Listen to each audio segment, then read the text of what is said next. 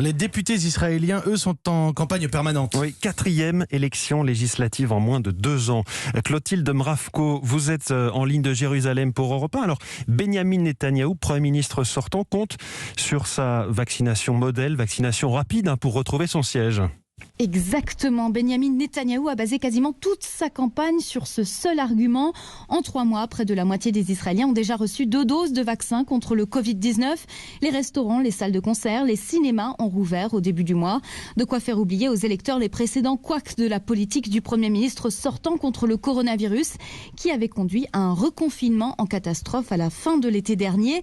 Le succès de cette campagne de vaccination a aussi éclipsé ses ennuis judiciaires et son procès pour corruption, ou encore les résultats de sa politique économique qui a creusé les inégalités ces dernières années dans le pays. Pour l'instant donc, son parti, le Likoud, caracole en tête des sondages, loin devant son rival de la gauche et du centre, Yair Lapid. Mais même s'il arrive en tête ce soir, le plus dur reste à faire pour Benyamin Netanyahou. Avec ses alliés religieux, il n'a pas pour l'instant la majorité nécessaire pour former une coalition. Il va devoir chercher des voix à droite. S'il n'y parvient pas, le pays devra retourner aux urnes. Et là, les Israéliens vont commencer sérieusement à se lasser de ces élections à répétition. Clotilde Mravko à Jérusalem pour Europe 1.